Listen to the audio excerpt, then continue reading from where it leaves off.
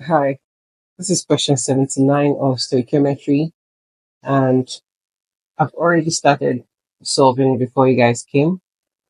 So welcome, please join us. Um, how many grams of oxygen gas is consumed to produce 4.6 mole of SO2? So we have 4.6 moles of SO2, that's what's written here. We're trying to figure out how many grams of oxygen is consumed to actually produce that 4.6 moles. Okay, so let's start with the moles first. We have 4.6 moles of SO2. Let's work back to get the number of moles of oxygen. Okay, that's very easy. Hold on. If 3 of this produces 2 of this, 4.6 here would mean that this was, let's say, X for now. Your X would just be 4.6 multiplied by 3 and divided by 2. And that gives us 6.9 moles.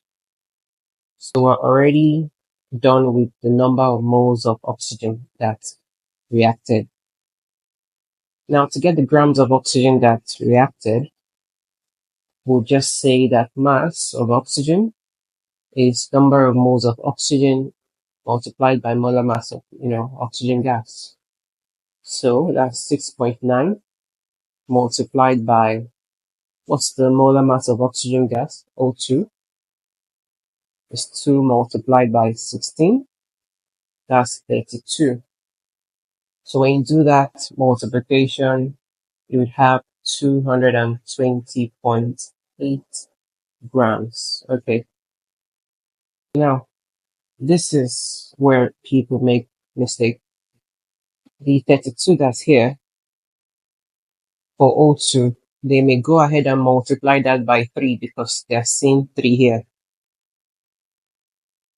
and then get the wrong answer. Where do you use this 3? You use this 3 at this point here, which is basically here. Okay? So we don't have to use the 3 there again.